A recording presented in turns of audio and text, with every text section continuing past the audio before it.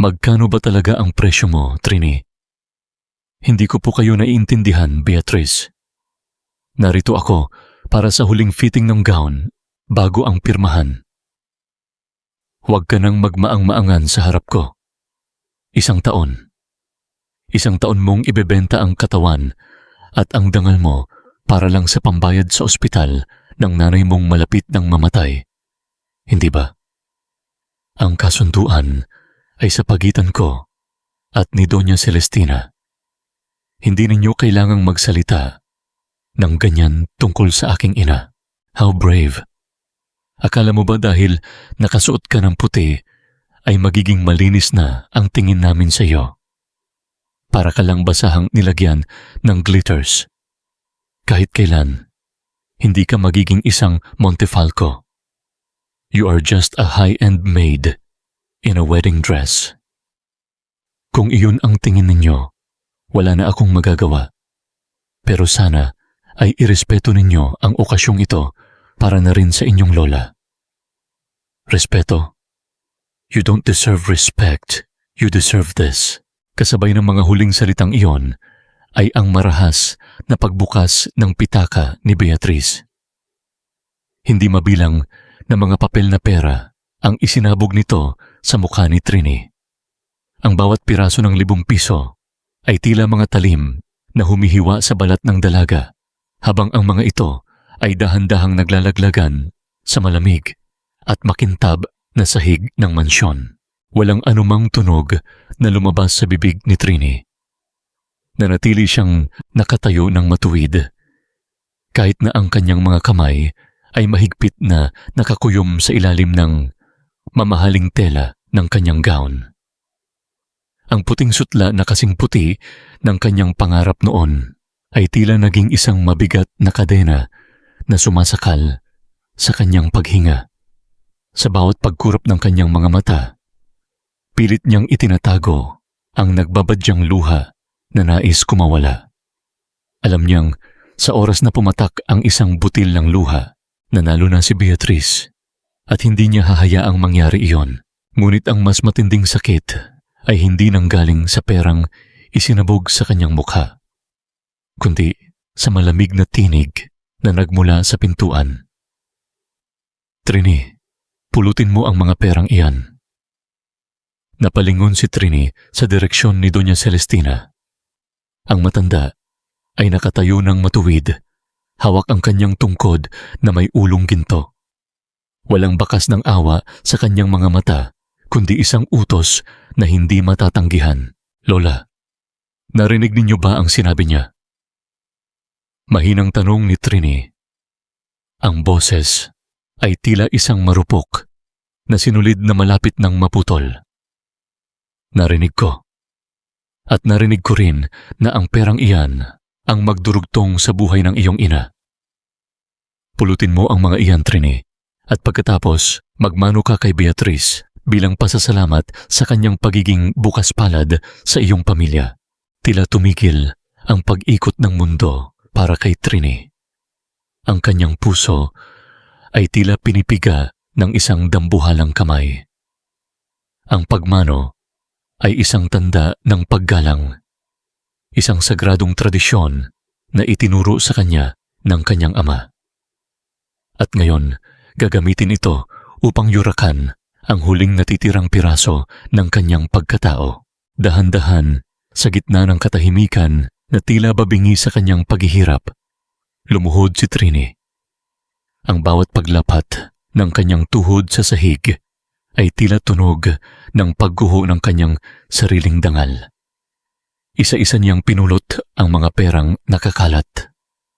Ramdam niya ang mapanguring tingin ni Beatrice at ang malamig na presensya ni Doña Celestina.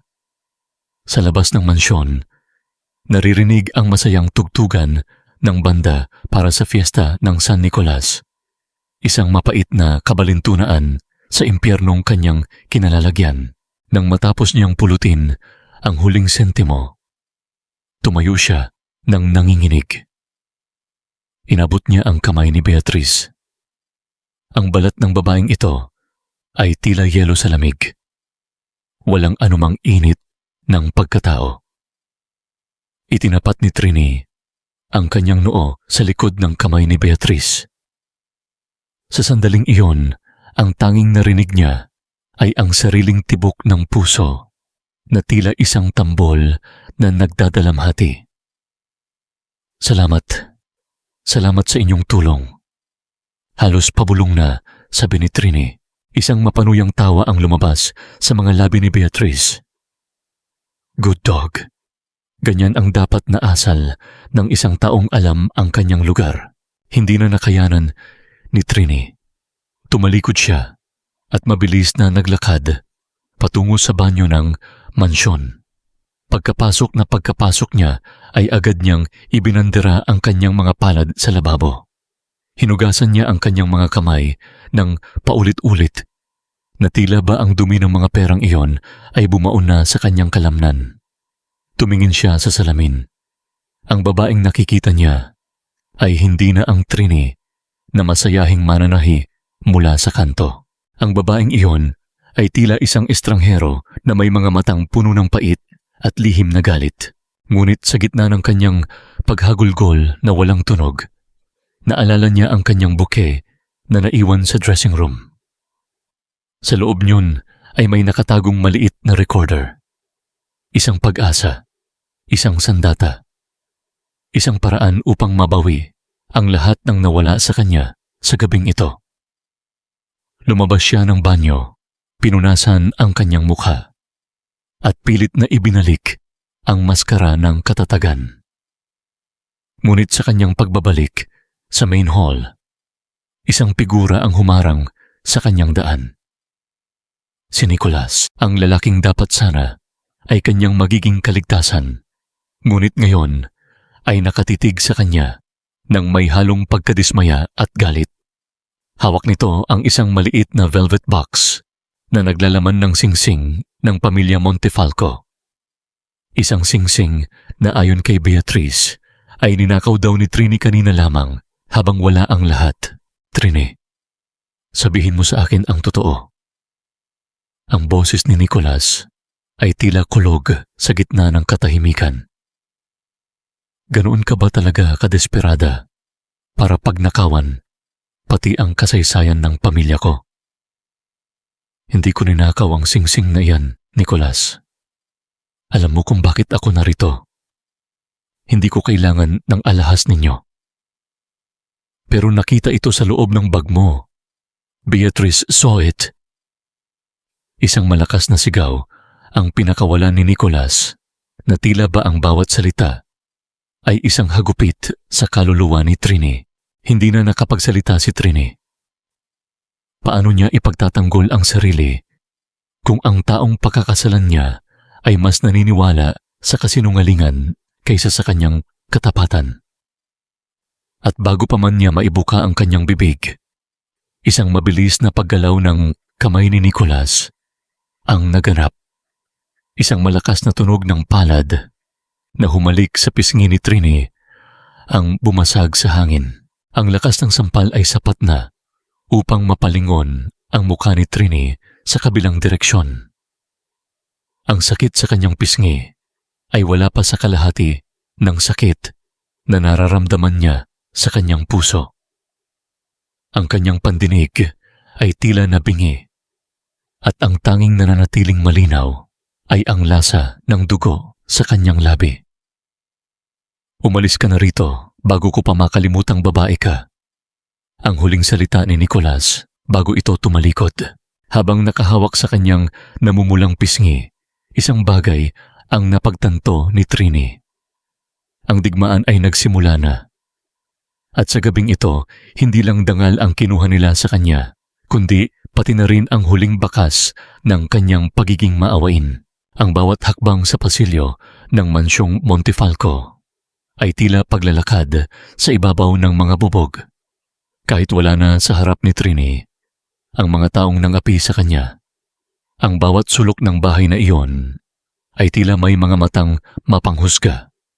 Ang hapdi sa kanyang pisngi mula sa sampal ni Nicholas ay unti-unti nang nagiging pamamanhid. Ngunit ang sugat sa kanyang loob ay lalong nag-alab. Sa loob ng maliit at madilim na silid na ibinigay sa kanya. Isang silid na dati ay bodega ng mga lumang kagamitan. Naupo si Trini sa gilid ng matigas na katre. Ipinikit niya ang kanyang mga mata at doon ay muling nagbalik ang alaala ng malamig at amoy gamot na pasilyo ng ospital. 2 buwan na ang nakalilipas. Kailangan niyang maoperahan sa lalong madaling panahon, Trini. Ang tinig ng doktor ay tila isang hatol ng kamatayan. Kung hindi nakakayanin ng puso ng nanay mo. Sa sandaling iyon ng kawalan ng pag-asa, dumating si Doña Celestina na tila isang anghel ng kaligtasan. Ngunit ang bawat sentimo na ibinayad nito sa ospital ay may katumbas na tanikala. 1 taon ng kanyang buhay. 1 taon ng pagpapanggap bilang asawa ni Nicolas upang makuha ng lalaki ang kanyang mana sa takdang panahon. 1 kasunduan na isinulat sa dugo ng kanyang dangal. Utang ko ito sa kanila. Pabulong na sabi ni Trini sa hangin habang pilit na pinatitigas ang kanyang loob. Para kay Nanay Martha, kakayanin ko ang lahat. Tumayo siya at lumapit sa kanyang lumang maleta. Mula sa ilalim ng kanyang mga damit, inilabas niya ang isang maliit na sisidlan ng mga karayom at sinulid. Ito ang tanging naiwang alaala ng kanyang ama. Isang sastre na namatay sa isang aksidente sa construction site ng mga Montefalco. Maraming taon na ang nakalilipas. Hinawakan niya ang isang kinakalawang na karayom. At sa kabila ng dumi nito, naramdaman niya ang init ng mga kamay ng kanyang ama. Nabalik lamang ang kanyang diwa nang marinig ang mahinang katok sa pinto.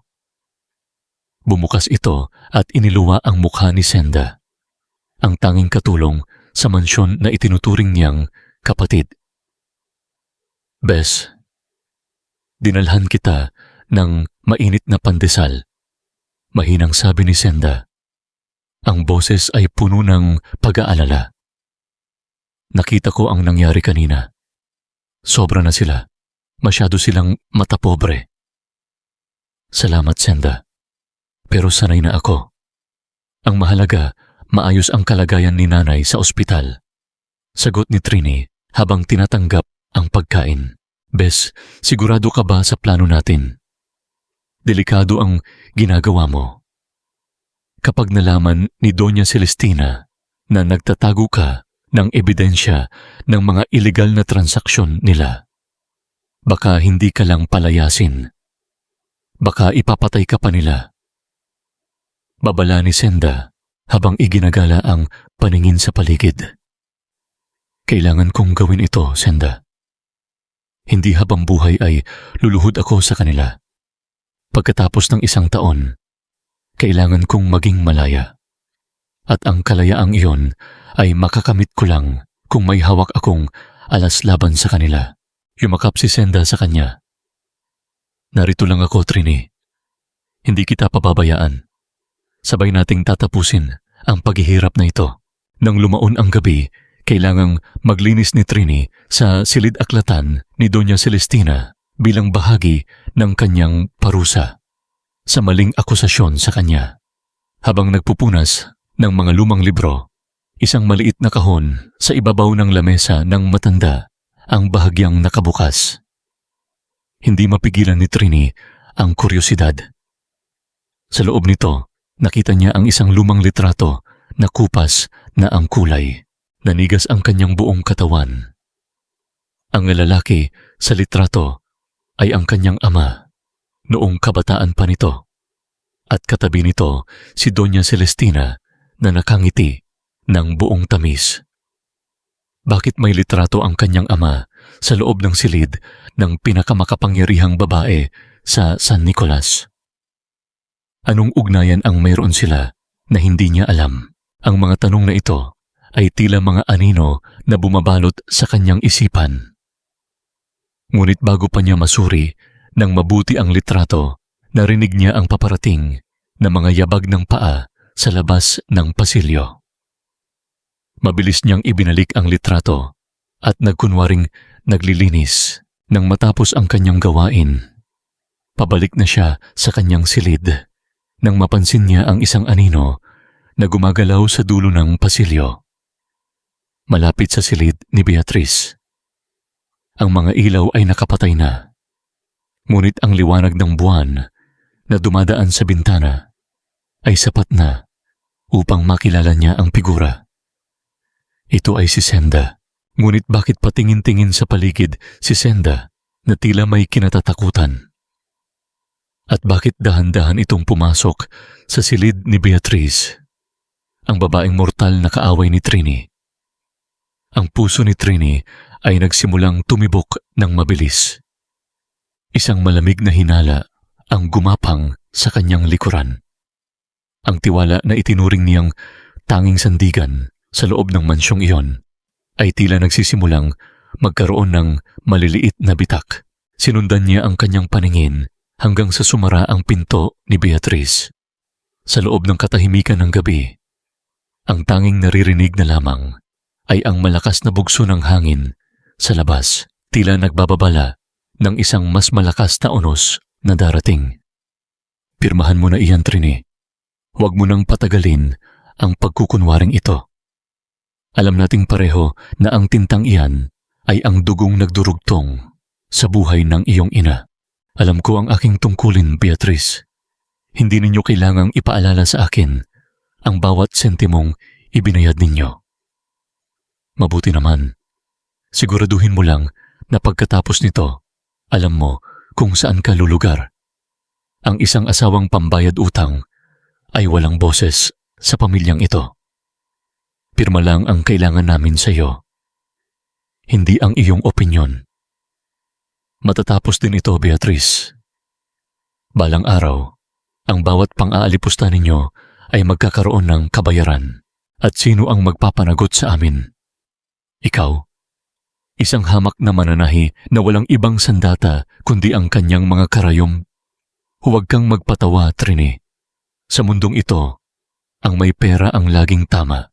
Ang bawat salita ni Beatrice ay tila mga lason na pilit dinitig sa pandinig ni Trini habang nakaupo sila sa loob ng engrandeng opisina ni Doña Celestina. Sa harap nila ay ang opisyal na marriage contract. Ang dokumentong magpapatibay sa kanyang pagiging bilanggo sa ilalim ng pangalang Montefalco. Sa labas, ang araw ay maliwanag, ngunit sa loob ng silid na iyon, ang hangin ay mabigat at puno ng puot. Bago ang seremonya ng pirmahan, naiwan sandali si Trini sa pasilyo nang makasalubong niya si Nicolas. Ang lalaki ay nakasuot ng barong Tagalog. Mukhang kagalang-galang, ngunit ang kanyang mga mata ay nananatiling malamig. Gayunpaman, nang magtama ang kanilang paningin, nakita ni Trini ang isang bahid ng pag-aalinlangan sa mukha ng lalaki. Handa ka na ba? Maikling tanong ni Nicolas. May pagpipilian ba ako? Tugon ni Trini, ang boses ay matatag sa kabila ng panginginig ng kanyang loob. Lalapit sana si Nicolas upang ayusin ang medyo tabing kwelyo ng baro ni Trini. Ngunit mabilis na umiwas ang dalaga. Ang bahagyang pagdapo ng kanilang mga balat ay tila nagdulot ng isang kuryenteng puno ng sakit. Sa sandaling iyon, ang katahimikan sa pagitan nila ay tila isang malalim na bangin na hindi na kayang tulayan ng anumang salita. Bumalik si Trini sa kanyang silid upang kunin ang maliit na USB na naglalaman ng mga boses ni Beatrice. Ang ebidensya ng pagmamanipula nito sa mga pondo ng kumpanya at ang plano nitong paalisin si Trini pagkatapos makuha ang mana. Doon niya dinatnan si Senda na tila balisa. Bes, narito na ang USB. Bulong ni Senda.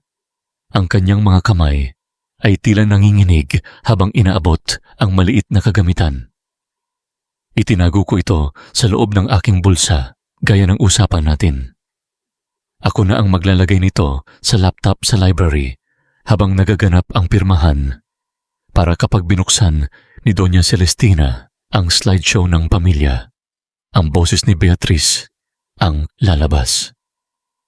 Salamat, Senda. Ikaw lang ang pinagkakatiwalaan ko rito, sabi ni Trini nang may buong katapatan. Inayos ni Senda ang buhok ni Trini nang may matamis na ngiti, isang ngiting tila nagpapahiwatig ng pagmamahal. Ngunit ang mga mata nito ay hindi makatingin ng diretso sa dalaga. Nagsimula ang seremonya.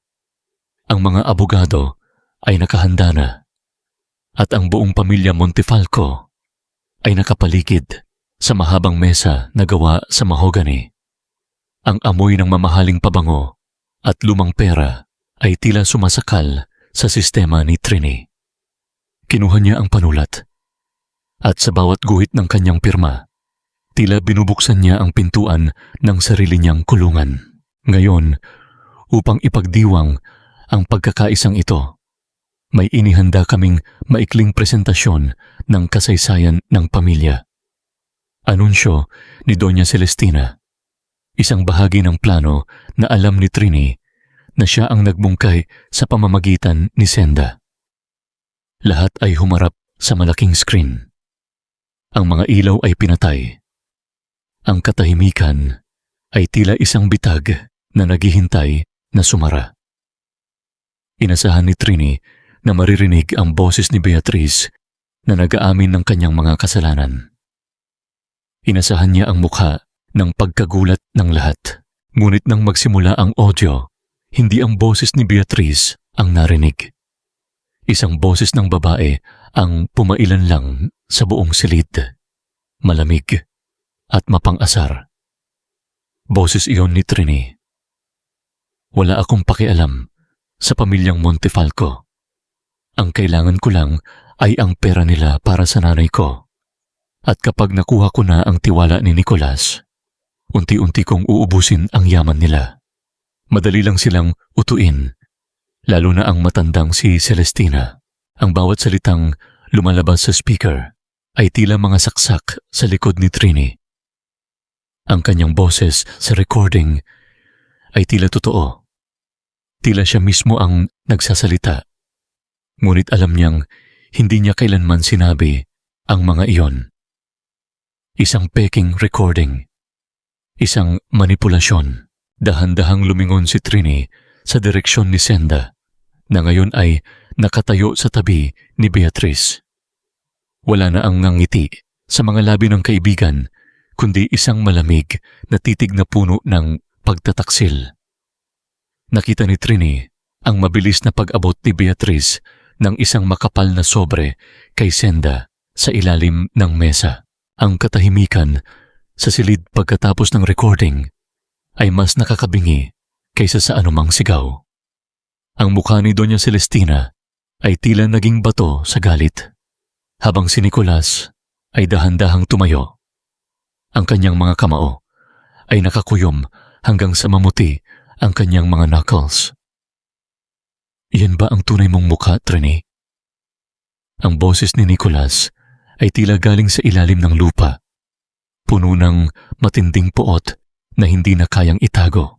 Hindi nakapagsalita si Trini. Ang bawat mata sa loob ng silid ay nakatitig sa kanya ng may pagkamuhi. Ang USB na akala niya ay kanyang kaligtasan ay naging matalim na patalim na. Ngayon ay nakabaon sa kanyang likuran.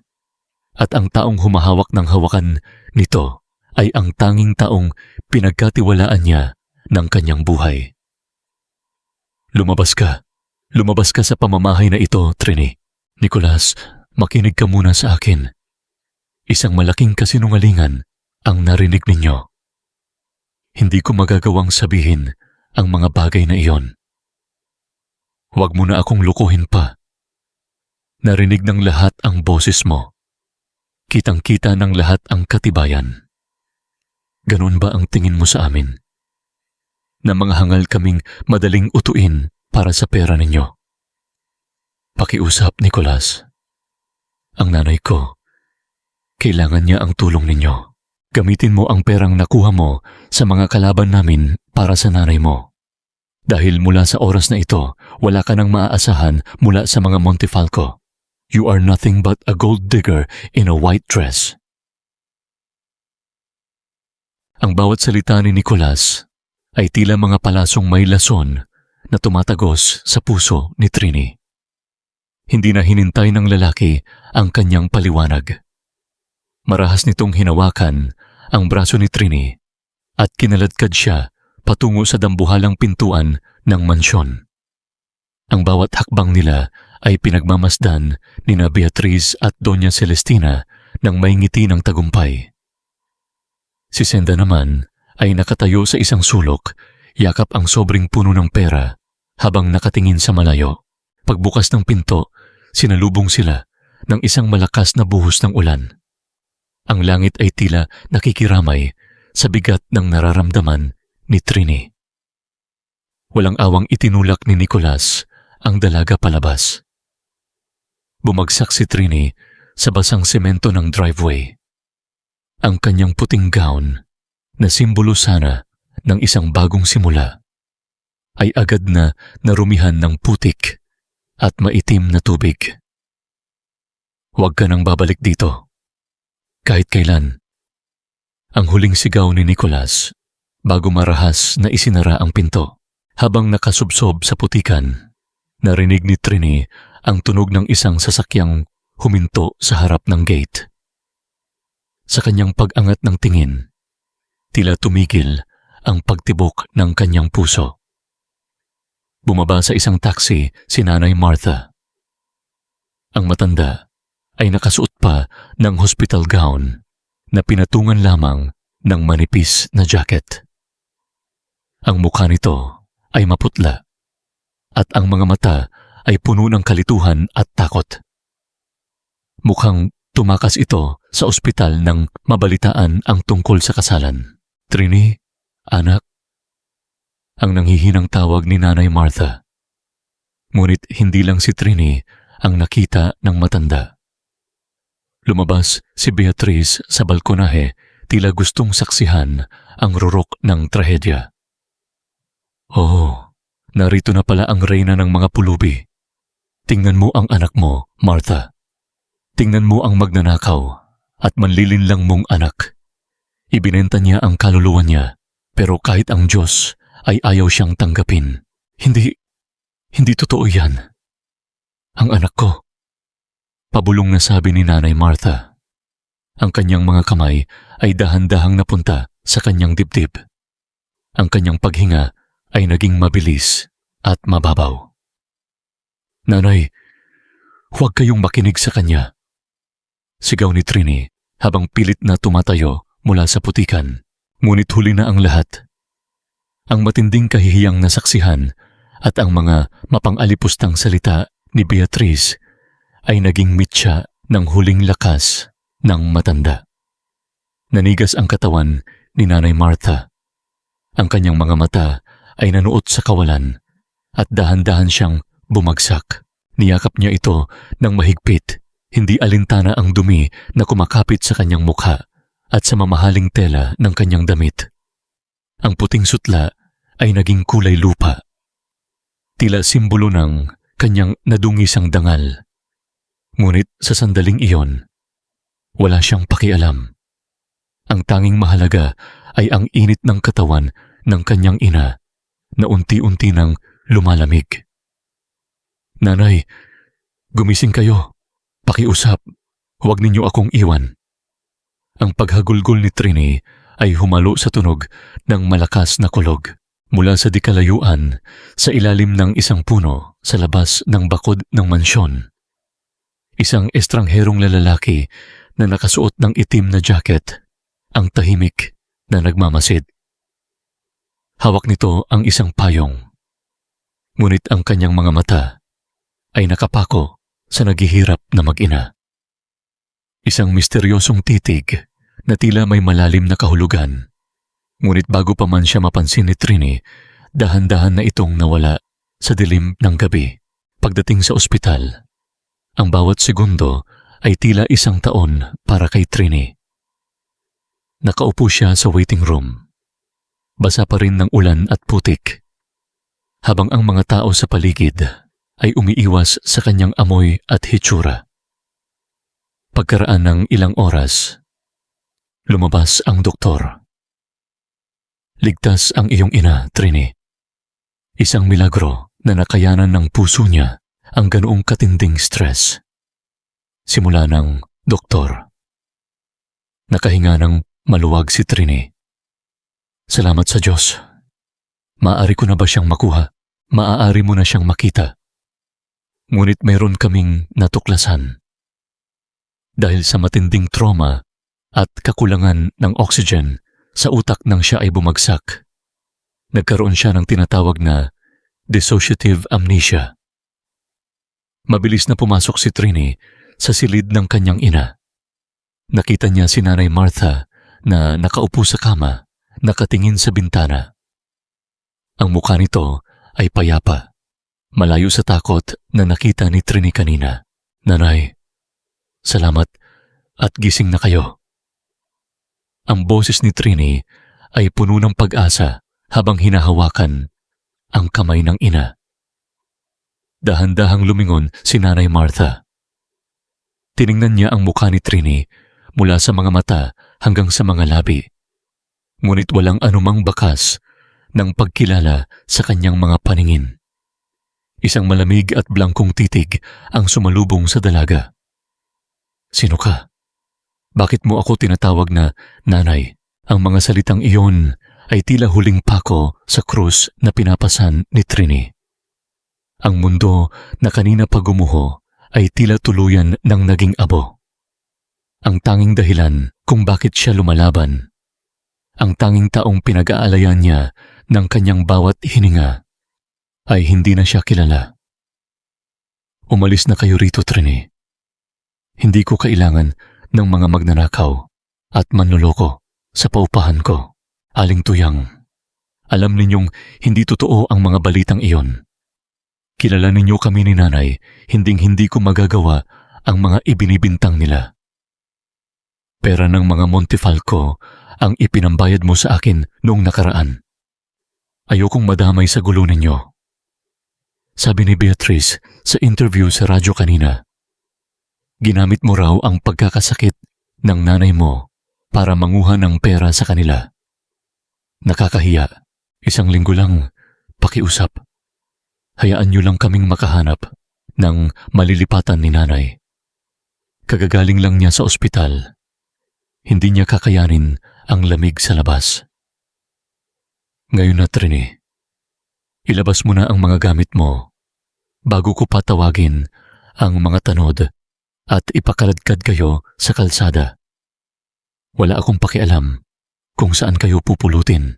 Ang bawat salita ng kanilang may-ari ng lupa ay tila mga huling patak ng ulan na tumatagos sa kinalawang na yero ng kanilang bubong. Malamig, marumi, at masakit sa balat.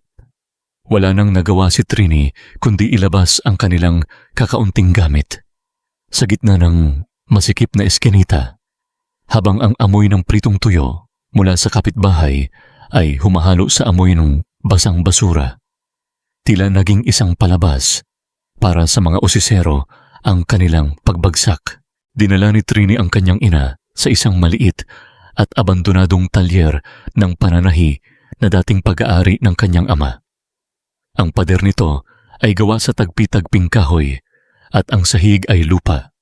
Ngunit ito na lamang ang tanging lugar na hindi maaabot ng kamay ng mga Montefalco.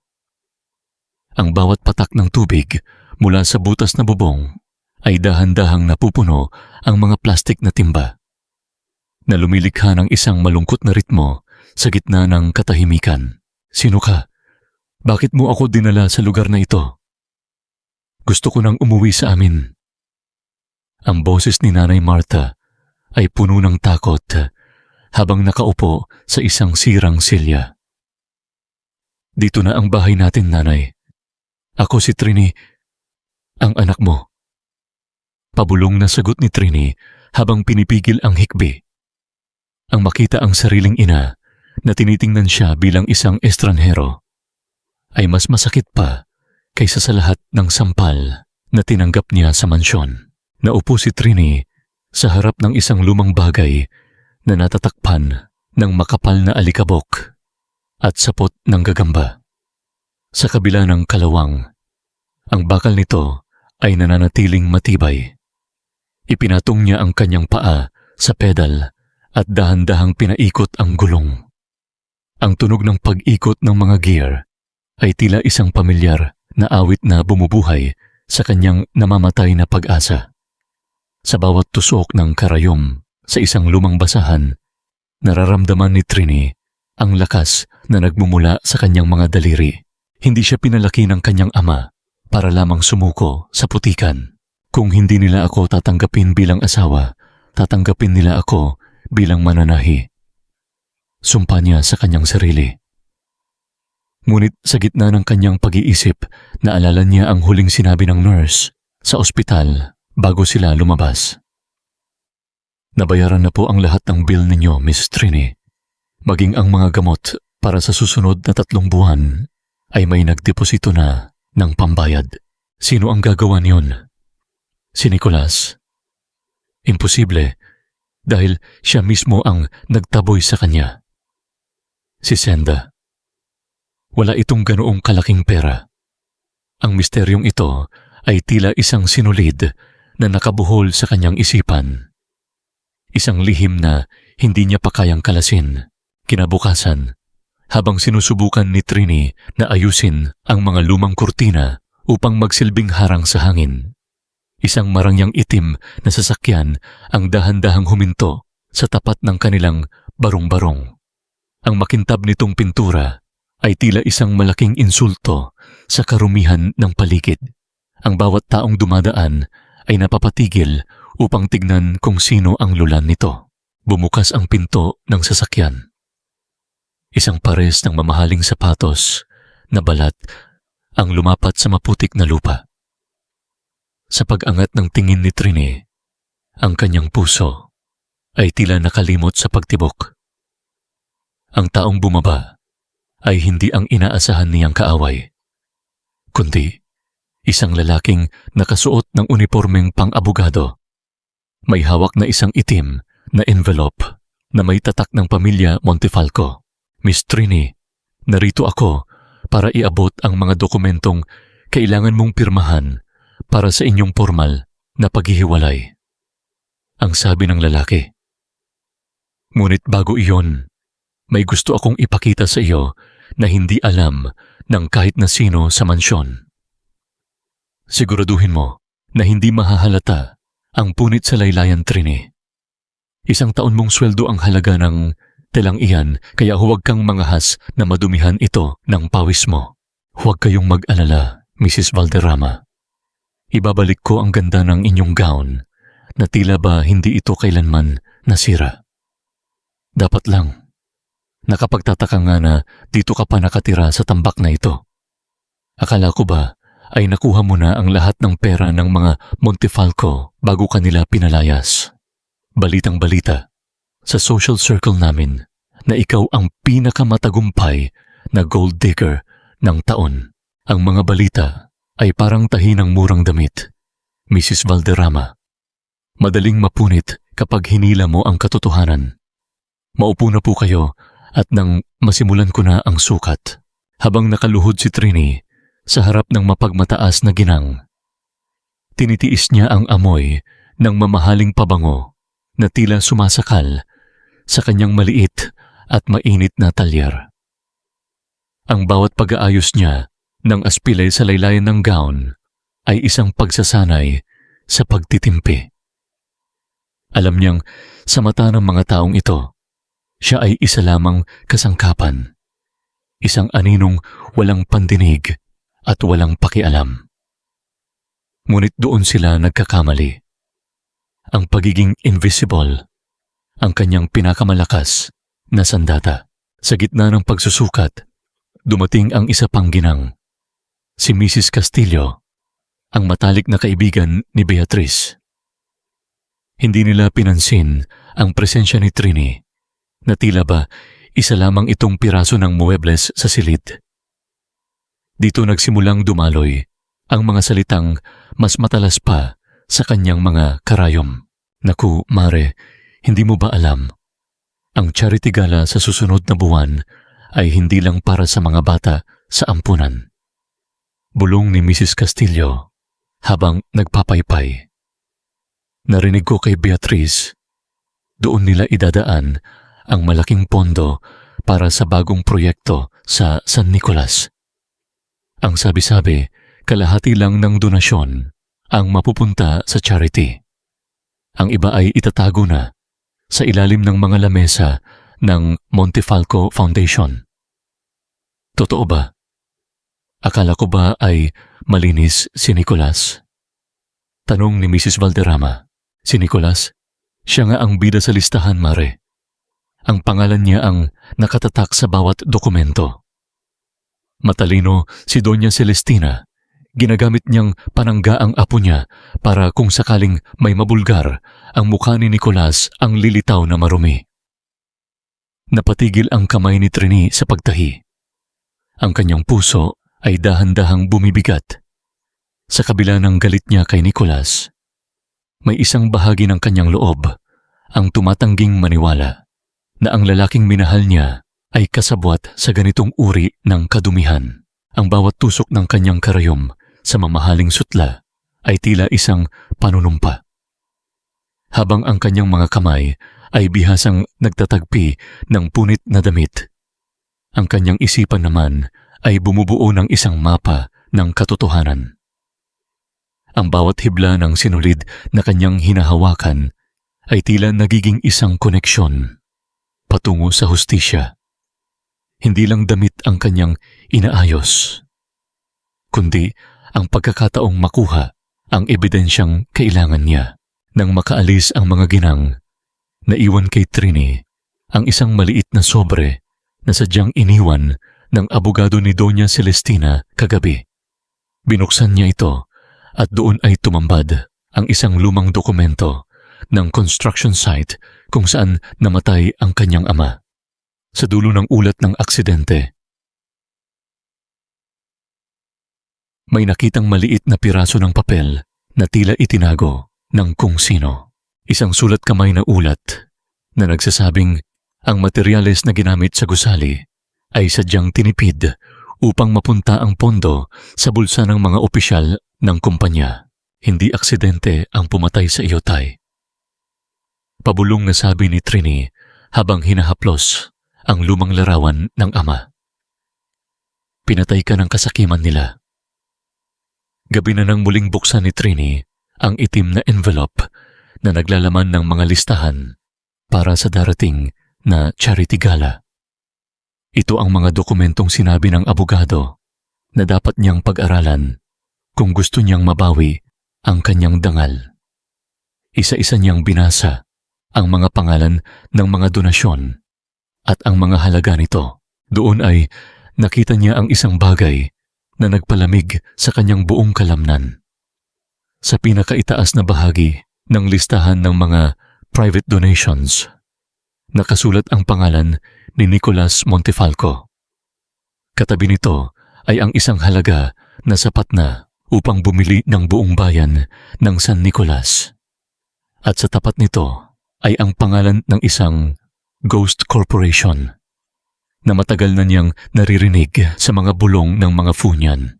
Ang paningin ni Trini ay dahan-dahang lumabo dahil sa nagbabadyang luha. Ang lalaking tiningnan niya bilang kaisa-isang pag-asa sa madilim na mansyong iyon. Ang lalaking nanampal sa kanya dahil sa katapatan ay ang siya ring utak sa likod ng perang ninanakaw mula sa mga naghihirap. Bakit ka nandito, Nicolas? Wala na akong ibibigay sa inyo.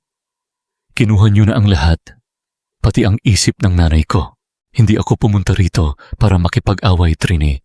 I need to know what you took from the lawyer. Alam kong pumunta si Attorney Vergara rito kahapon. At ano ang gusto mong marinig? Na nabasa ko ang pangalan mo sa listahan ng mga peking donasyon. Na ang lalaking akala ko ay may isang salita ay isa palang magnanakaw na nagtatago sa likod ng mga kawanggawa. Wala akong ninanakaw, Trini. Wala akong kinalaman sa listahang iyon. Ang maliit at madilim na talyer ay tila lumiit palalo dahil sa presensya ni Nicholas. Ang matangkad na bulto ng lalaki na nakasuot ng isang mamahaling itim na coat na nabasa ng ambon ay isang malaking kabalintunaan sa mga tagpi-tagping tela at sirang muebles ng barong-barong.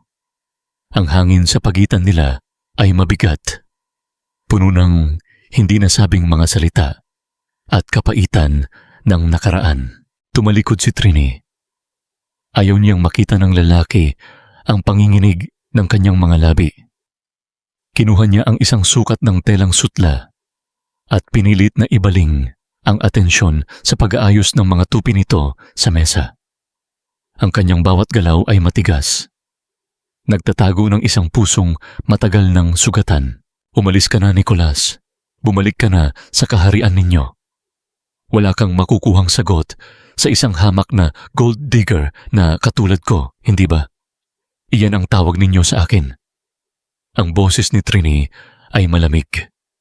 Ngunit ang bawat pantig ay tila pumipiga sa sarili niyang dibdib. Imbes na lumabas, naramdaman ni Trini ang paglapit ng mga hakbang ni Nicholas. Ang amoy ng mamahaling kolona nito ay humalo sa amoy ng lumang kahoy at alikabok sa silid. Tumigil ang lalaki sa mismong likuran niya. Ang init ng katawan nito ay tumatagos sa manipis na blusa ni Trini. Isang pamilyar na pakiramdam na nagbigay ng mabilis na pintig sa kanyang puso. Isang malalim na paghinga ang pinakawalan ni Nicholas bago dahan-dahang inabot ang kamay ni Trini na abala sa paghawak ng tela nang maglapat ang kanilang mga balat. Tila napaso si Nicholas, ngunit hindi siya bumitaw. Hinagod ng kanyang hinlalaki ang likod ng palad ni Trini. Naramdaman ng lalaki ang magaspang na balat, ang mga kalyo sa dulo ng mga daliri, at ang maliliit na sugat na dulot ng walang katapusang pagtusok ng karayom. Ang mga kamay na ito ay hindi ginawa para mangagaw ng yaman. Ang mga kamay na ito ay nagdurugo araw-araw upang bumuhay ng isang pamilya. Masyadong matigas ang buhay mo rito, Trini. Pabulong na sabi ni Nicholas.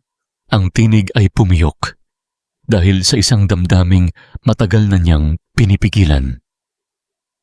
You don't deserve to live like this. Kung nagsabi ka lang ng totoo noon, mas malinis ang alikabok dito kaysa sa kumikinang na sahig ng mansyon ninyo, Nicholas. Matapang na sagot ni Trini, ngunit hindi niya magawang bawiin ang kanyang kamay. Ang init ng palad ni Nicholas ay tila isang nakakalason na gamot. Mali, bawal, ngunit pansamantalang nagbibigay ng ginhawa sa kanyang pagod na kaluluwa. Ipinikit ni Trini ang kanyang mga mata. Hinahayaan ang sarili na maramdaman ang kalinga na matagal na niyang pinangungulilahan. Kahit sa loob lamang ng isang maikling segundo. Hindi ko pinirmahan ang mga dokumentong iyon, Trini. Dagdag ni Nicholas. Ang mukha nito ay halos nakadikit na sa buhok ng dalaga. Someone is using my signature. May gumagamit ng pangalan ko sa loob ng sarili kong pamilya. Gusto kong malaman kung sino.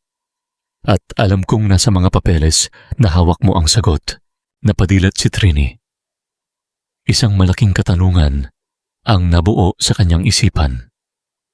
Kung hindi si Nicholas ang nasa likod ng pagnanakaw, at siya mismo ay naghahanap ng katotohanan, nangangahulugan ba itong kalaban din ng lalaki ang sarili nitong kadugo?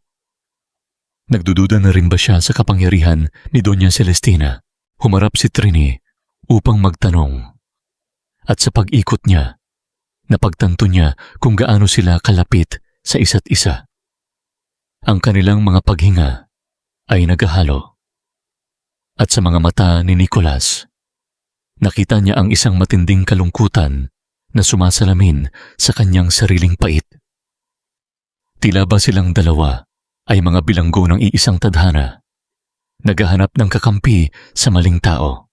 Ngunit bago pa man makasagot si Trini, ang tahimik na sandali ay marahas na winasak ng isang matinis at mapang-asar na boses mula sa labas ng bukas na pinto. Well. Kaya pala nawawala ang aking mahal na kapatid sa opisina. Naghahanap ba ng murang aliw ang tagapagmana ng mga Montefalco sa isang tambakan ng basura?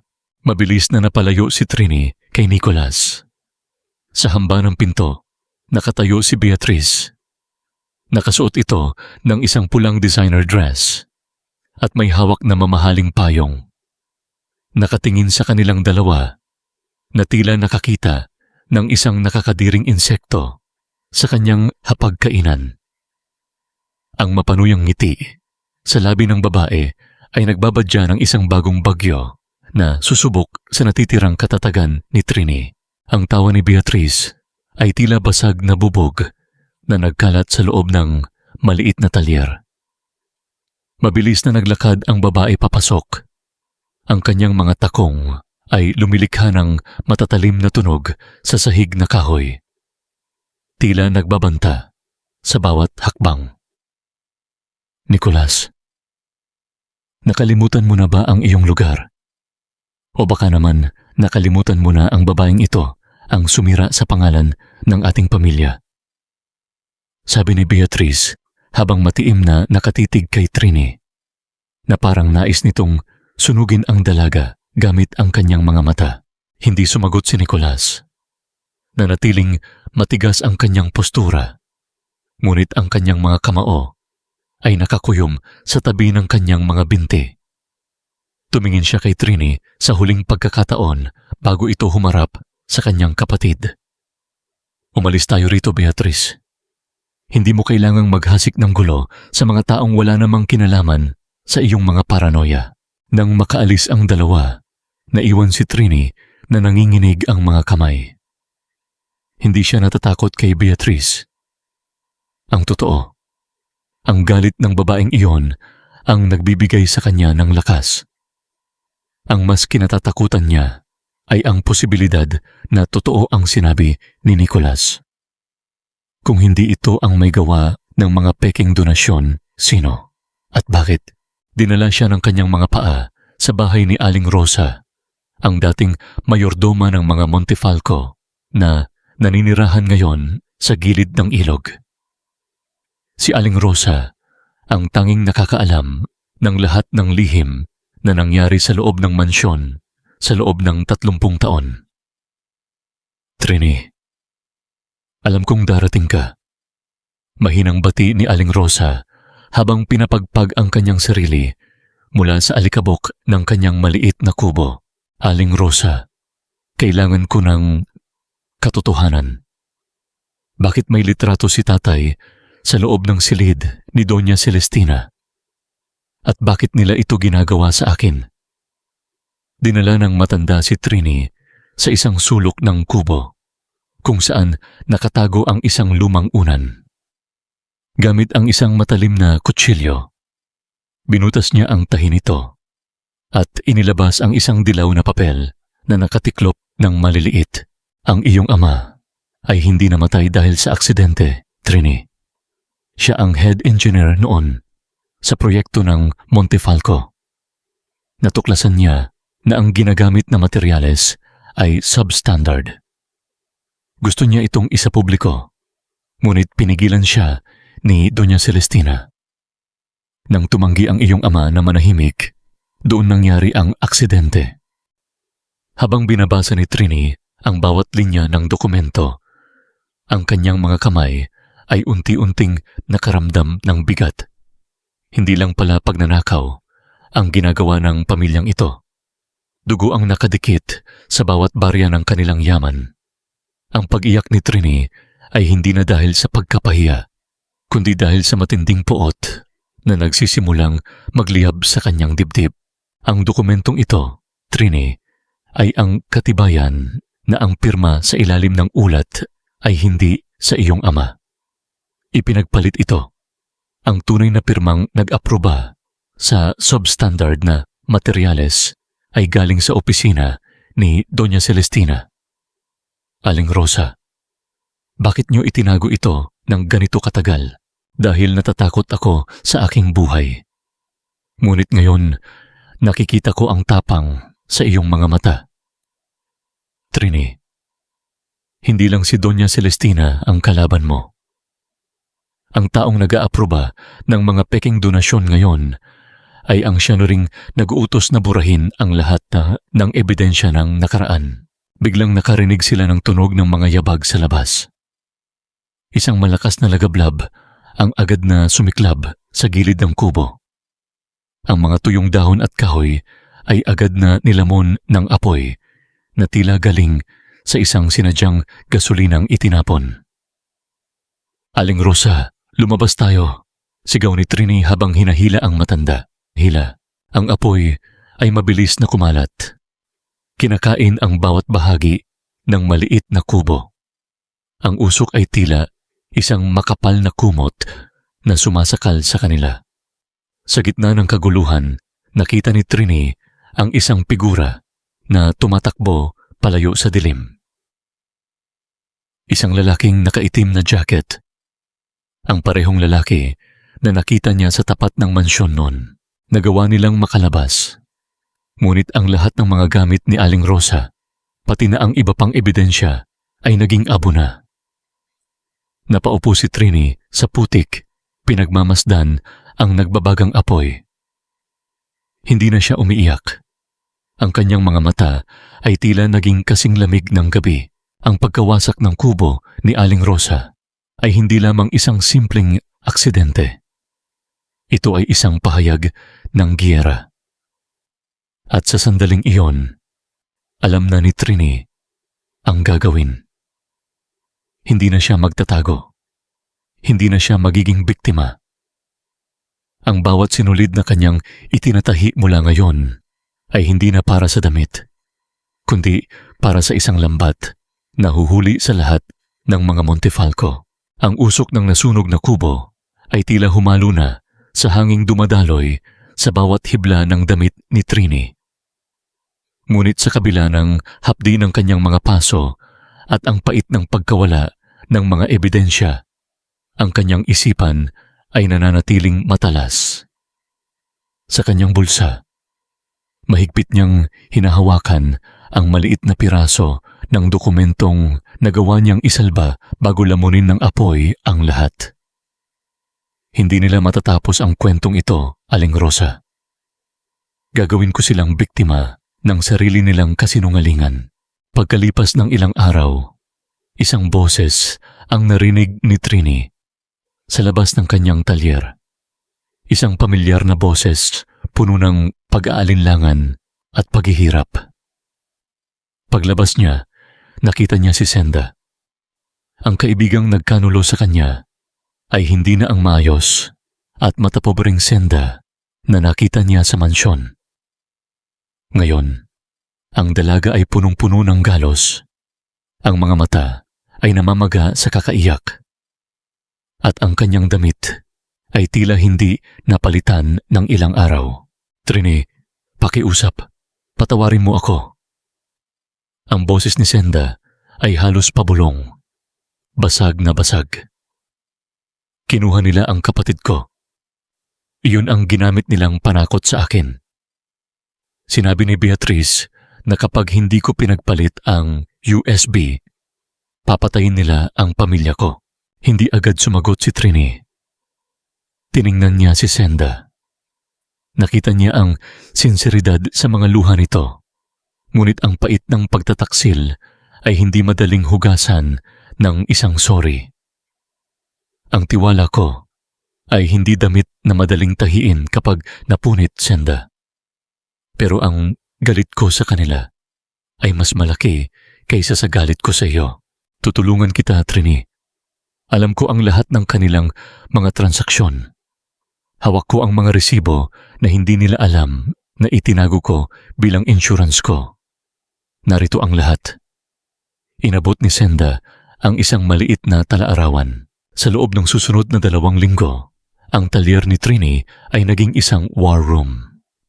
Hindi na tela ang kanyang pinagtatapi-tapi, kundi ang mga ebidensya ng korporasyon. Gamit ang kanyang husay sa pagtatahi, unti-unti niyang inilalagay ang mga maliliit na microfilm at mga dokumento sa loob ng mga linings ng mamahaling gown na ipinagawa ng mga asawa ng mga negosyanteng dadalo sa ika-70 anniversary gala ng Montefalco. Bawat tahi ay may layunin. Bawat botones na kanyang ikinakabit ay tila isang bomba na naghihintay na pumutok. Ang gala ang magsisilbing entablado natin, Senda. Seryosong sabi ni Trini habang ang kanyang mga mata ay nakapako sa disenyo ng gown na gagamitin ni Mrs. Valderrama.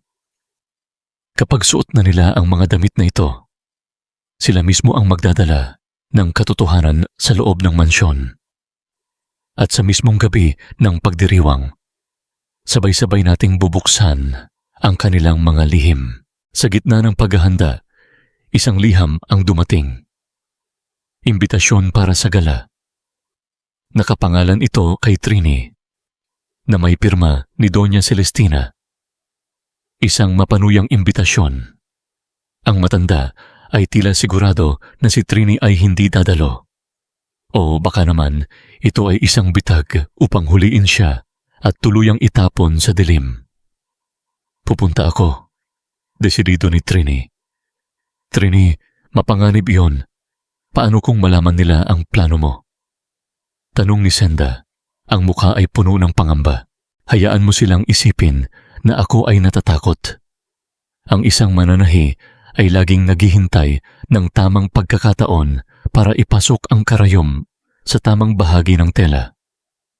At sa gabing iyon, hindi lang ang kanilang mga gown ang aking tatahiin, kundi ang pagbagsak ng kanilang buong imperyo.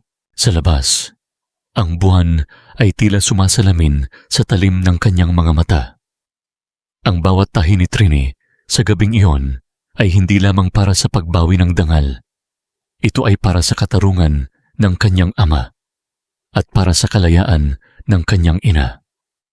Ang telon ng kanilang mga lihim ay dahan-dahang hinahati at sa susunod na yugto, walang sino man ang makakapagtago sa katotohanan. Ang gabi ng ika-70 anibersaryo ng Montefalco ay tila isang napakalaking entablado.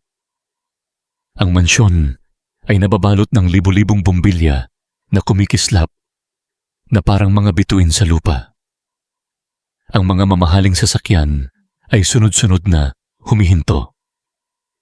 Naglalabas ng mga taong ang bawat suot ay nagkakahalaga ng higit pa sa kinikita ng isang pamilya sa loob ng isang taon.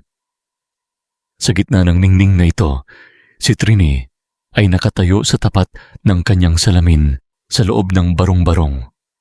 Tinitignan ang kanyang sarili. Ang suot niya ay hindi isang mamahaling gown. Ito ay isang simpleng itim na bestida.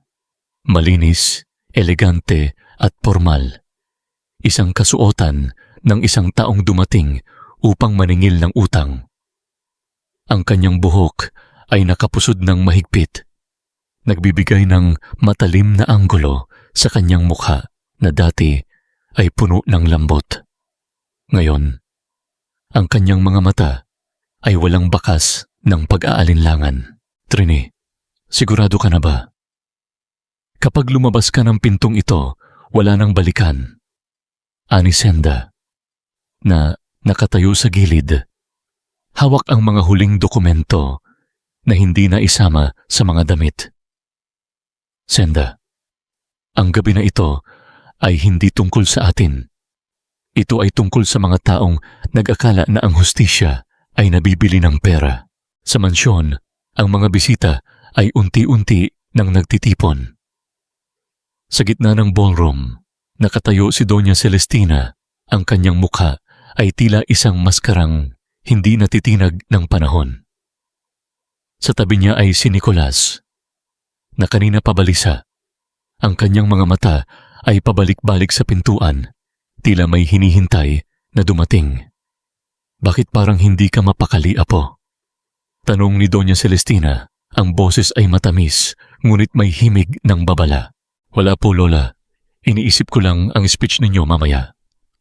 Sagot ni Nicolas, bagaman ang kanyang isip ay nakatuon sa dalagang nanatiling buhay sa kanyang alaala sa kabila ng lahat ng nangyari. Sa gitna ng ingay ng mga tao at musikang klasikal, isang sandali ng katahimikan ang namayani nang bumukas ang malaking pintuan ng ballroom. Hindi si Trini ang pumasok, kundi si Nicolas ang lumabas patungo sa balkonahe upang huminga ng sariwa. Doon, sa ilalim ng malamig na liwanag ng buwan, nakita niya ang isang figura na nakatayo sa lilim. Trini. Ang boses ni Nicolas ay halos pabulong. Lumabas si Trini mula sa kadiliman. Hindi siya tumakbo palayo. Nanatili siya roon, tila isang rebeldeng handang harapin ang kanyang tadhana. Bakit ka narito? Mapanganib para sa iyo ang gabi na ito, sabi ni Nicolas. Lumapit siya. Ang kanyang distansya sa dalaga ay tila nabawasan ng bawat tibok ng kanilang mga puso. Kung gusto mo ng pera, kung gusto mo ng tulong, ibibigay ko. Pero please, umalis ka na rito bago pa makita ni Beatrice o ni Lola na narito ka. Hindi ako narito para sa pera, Nicolas. Narito ako dahil may utang sa akin ang gabi na ito. Isang sandali ng matinding tensyon ang namagitan sa kanila. Ang mga kamay ni Nicolas ay tila gustong dumapo sa balikat ni Trini. Ngunit pinigilan niya ang kanyang sarili. Ang pagmamahal, galit at pagkalito ay naghahalo sa kanyang mga mata. Si Trini naman, sa kabila ng kanyang matapang na panlabas, ay nakaramdam ng panghihina sa lapit ng lalaki. Ngunit naalala niya ang apoy sa kubo ni Aling Rosa. Naalala niya ang luha ng kanyang ina. Kung may pagmamahal ka pa, kahit katiting para sa akin, Nicolas, humanda ka sa susunod na oras. Ang tanging sinabi ni Trini, bago ito mabilis na lumampas sa kanya at pumasok sa loob ng ballroom, naiwan si Nicolas na nakatayo. Ang kanyang isip ay tila isang gusot na sinulid. Sa loob ng mansyon, ang musika ay huminto. Ang mga ilaw ay bahagyang dumilim. Ang bawat bisita ay napatingin sa pintuan. Ang anunsyo ng pagdating ng isang espesyal na panauhin ay pumailan lang at si Trini ay pumasok. Ang bawat hakbang ay may dalang bigat ng katotohanan. Ang hangin sa loob ng ballroom ay tila tumigil sa pagdaloy. Si Doña Celestina ay tumingin ng masama. Si Beatrice ay halos mabitawan ang kanyang baso ng alak at si Nicolas ay pumasok na rin. Ang kanyang mga mata ay nakapako sa dalagang tila isang bagyong handang magwasak sa lahat ng kanilang kinatatayuan. Ang katahimikan ay tila isang bomba na naghihintay na pumutok. Ang bagyo ay nandyan na. Ang bawat hakbang ni Trini sa gitna ng ballroom ay tila paglalakad sa isang wire na manipis sa ibabaw ng bangin. Ang mga bulong-bulungan ng mga alta sosyedad ay huminto. Pinalitan ng nakabibinging katahimikan. Si Doña Celestina ay nakatayo sa gitna ng entablado. Ang kanyang mukha ay hindi mababasa. Ngunit ang mga kamay nito na nakahawak sa mikropono ay bahagyang nangangatog. Anong ginagawa ng babaeng ito rito? Galit na bulong ni Beatrice habang mabilis na lumalapit sa mga security guard. Ilabas ninyo siya ngayon din. Bago pa man makakilos ang mga gwardya, itinaas ni Trini ang kanyang kamay. Huwag ninyong sayangin ang oras ninyo, Beatrice. Ang gabi na ito ay hindi para sa akin, kundi para sa inyo. Dahan-dahang naglakad si Trini patungo sa screen kung saan dapat ipapakita ang kasaysayan ng pamilya. Sa halip na remote control, inilabas niya ang kanyang sariling device mula sa loob ng kanyang clutch bag. Lahat ng nakasuot ng mga damit na tinahi ko sa loob ng nakaraang buwan Pakisuyong tumayo kayo. Wika ni Trini. Ang ilan sa mga ginang, kabilang si Mrs. Valderrama, ay nag-aalangan ngunit tumayo rin. Ang bawat laylayan ng kanilang mga gown ay naglalaman ng mga microfilm na sadyang itinahi ni Trini. Sa isang pindot, ang malaking screen sa ballroom ay hindi nagpakita ng mga ngiti ng pamilya Montefalco. Sa halip, lumitaw ang mga dokumento, ang mga pirmang peke, ang mga bank account sa ibang bansa at higit sa lahat, ang autopsy report ng ama ni Trini na nagpapatunay na ito ay hindi aksidente kundi sadyang pagpatay.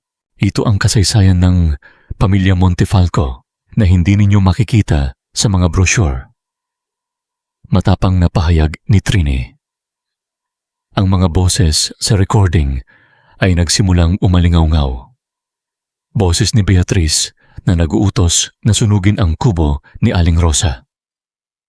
Boses ni Doña Celestina na nag-aaproba ng paggamit ng substandard na bakal sa konstruksyon. Ang bawat salita ay tila mga bala na tumatama sa bawat sulok ng silid. Hindi totoo iyan. Itigil ninyo iyan. Imbento lang iyan ng babaeng iyan.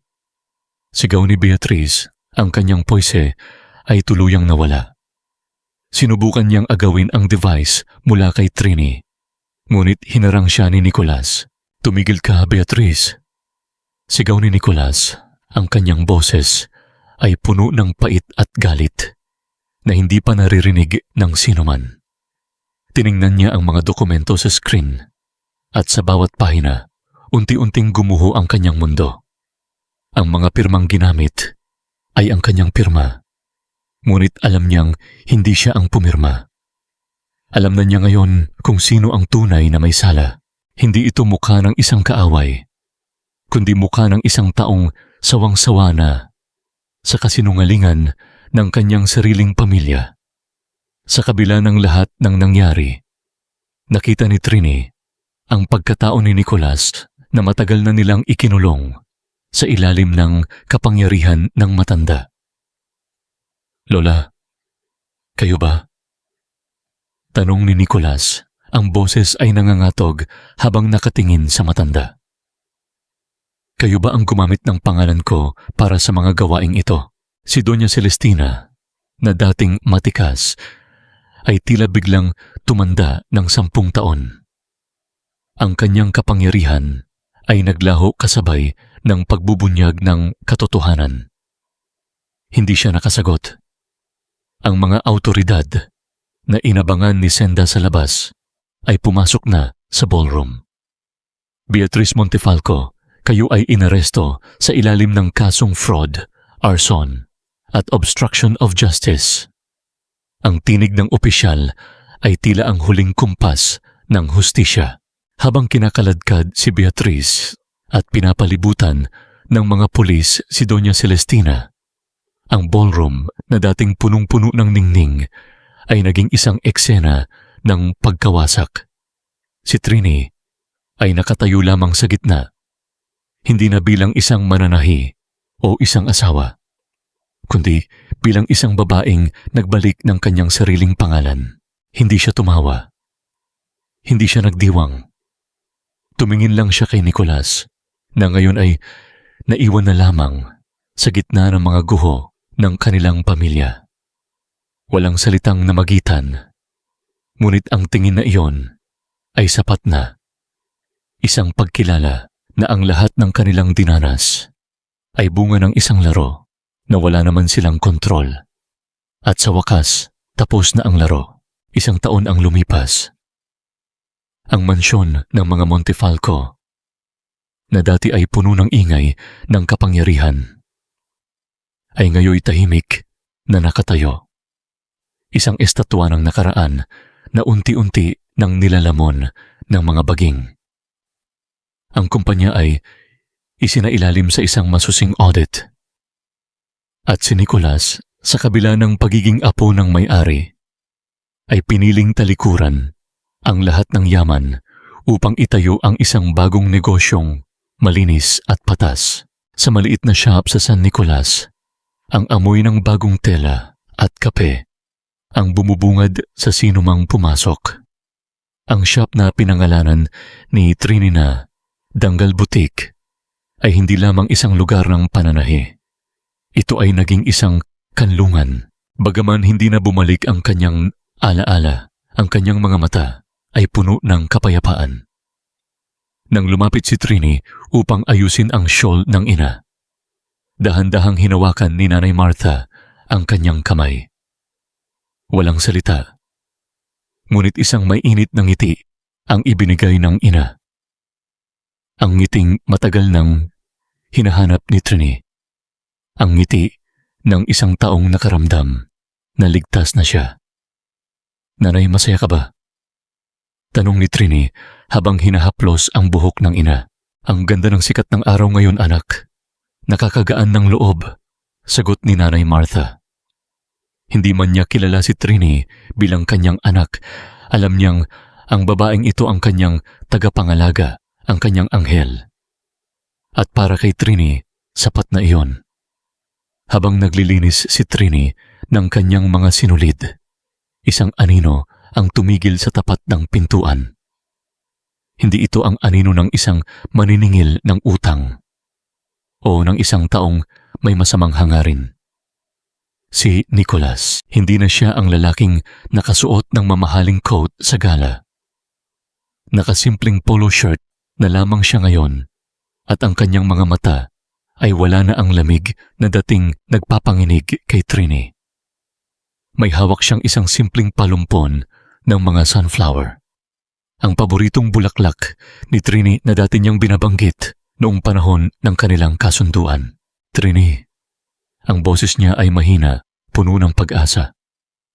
Hindi ako pumunta rito para humingi ng tawad. Alam kong hindi sapat ang isang taon para mabura ang lahat ng sakit na dinulot namin sa inyo. Tumigil si Trini sa pagtatrabaho.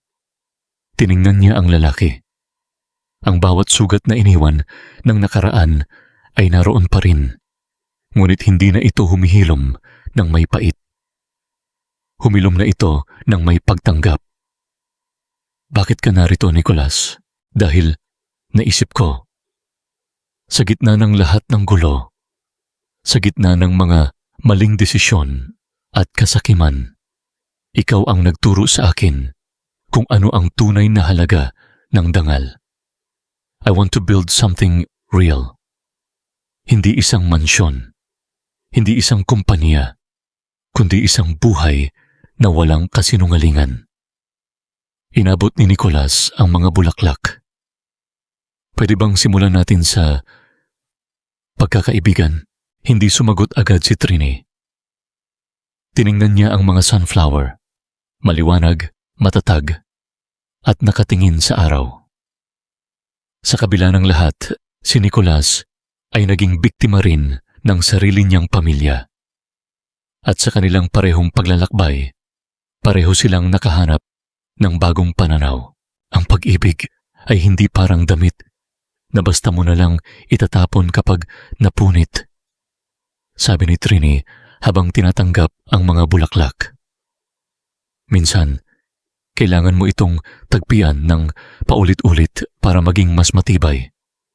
Hindi ko alam kung saan tayo patungo, Nicholas. Pero ang mahalaga, wala na akong utang sa nakaraan. Malaya na ako. Ang nangiti na sumilay sa labi ni Nicholas ay ang pinakamagandang tanawin na nakita ni Trini. Hindi iyon ang ngiti ng isang Montefalco, kundi ang ngiti ng isang tao na handa ng magmahal ng totoo. Sa labas, ang sikat ng araw ay tila isang pagbabasbas sa kanilang dalawa, isang simula na hindi nakatali sa utang na loob, kundi sa malayang pagpili sa isa't isa.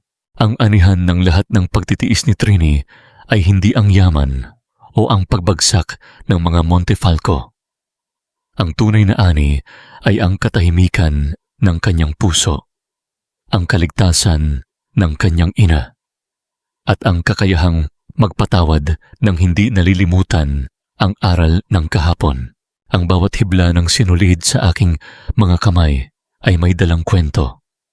Sa bawat tahi, may nakatagong pait na dahan-dahang napapalitan ng tamis. 1 taon na ang nakalipas. Mula nang gumuho ang mansyon ng mga Montefalco. Ngunit sa aking puso, parang 1 siglo ang lumipas. Madalas nilang itanong, Trini, napatawad mo na ba sila? Ang pagpapatawad ay hindi isang desisyon na ginagawa sa isang iglap. Ito ay parang pag-aayos ng isang punit na damit. Kailangan ng pasensya. Kailangan ng tamang karayom. At higit sa lahat, kailangan mong tanggapin na may marka, na may iwan ang sugat.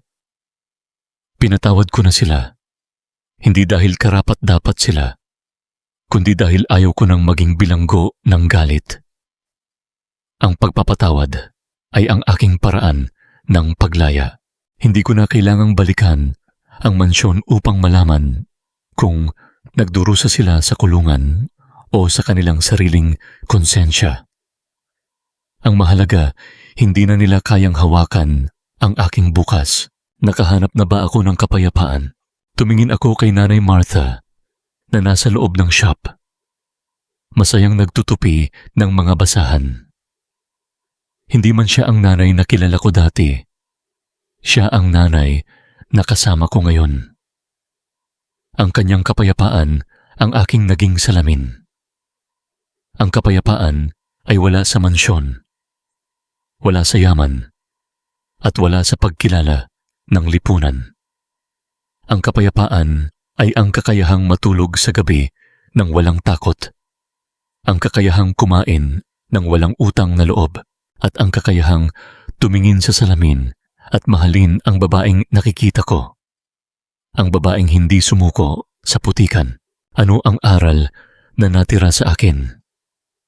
Ang dangal ay hindi isang titulo na ibinibigay o kinukuha. Ang dangal ay ang pananatiling matuwid kahit na ang mundo ay pilit kang pinapaluhod. Natutunan ko na ang pinakamahalagang tahi sa buhay ay ang pagtanggap sa mga pagkakamali, sa sarili at sa iba. Na ang pag-ibig, kung ito ay totoo, ay hindi kailanman magiging isang kontrata. Ito ay isang voluntaryong pagpili araw-araw ng walang takot at walang sapilitan. Habang papalubog ang araw, dahan-dahang bumukas ang pinto ng shop. Pumasok si Nicolas, bitbit ang isang basong kape. Naupo siya sa tabi ko. Hindi na bilang isang amo, kundi bilang isang kapantay. Wala nang mga dokumento. Wala nang mga lihim. Handa ka na bang isara ang shop? Tanong niya sa mahinang boses. Oo. Sagot ko habang inililigpit ang aking mga gamit. Hindi namin kailangang magmadali. Sa unang pagkakataon, ang oras ay hindi nakalaban, kundi isang kaibigan. Ang bawat bukas ay isang blangkong tela at ngayon hawak ko na ang karayom at sinulid para tahin ang sarili kong kwento. Wala na ang mga Montefalco na humahadlang. Wala na ang takot. Ang natitira na lamang ay ang katahimikan ng isang buhay na tunay na akin. Sa wakas, malaya na ako. At sa bawat paghinga ko, nararamdaman ko ang tunay na kahulugan ng kaligayahan. Ang malaya mong pagpili sa kung sino at ano ang nais mong maging nang walang utang na loob sa kahapon.